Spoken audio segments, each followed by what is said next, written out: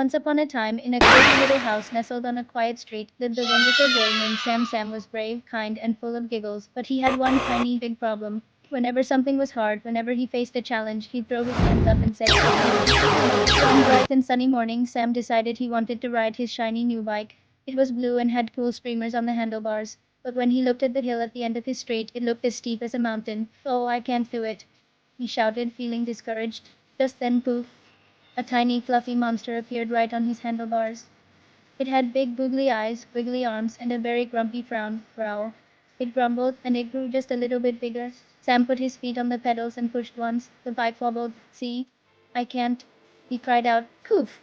The grumpy monster puffed up like a balloon, suddenly as big as a basketball. The roll.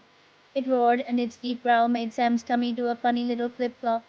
Later that afternoon, Sam was inside playing with his building blocks. He wanted to build the tallest tower ever. He stacked them high, but then they toppled over. "Ugh, I can't do it," he grumbled. The monster, which had been hiding, jumped right onto the pile of blocks. It was now the size of a giant beach ball. It bounced around, knocking blocks everywhere. "Hey, stop it," Sam cried, feeling frustrated. By bedtime, the monster was absolutely huge. It was like a giant teddy bear that had eaten way too much honey. It sat right on Sam's bed, snoring so loudly that he mumbled. Sam felt squished. He whispered into the dark, "What am I going to do?"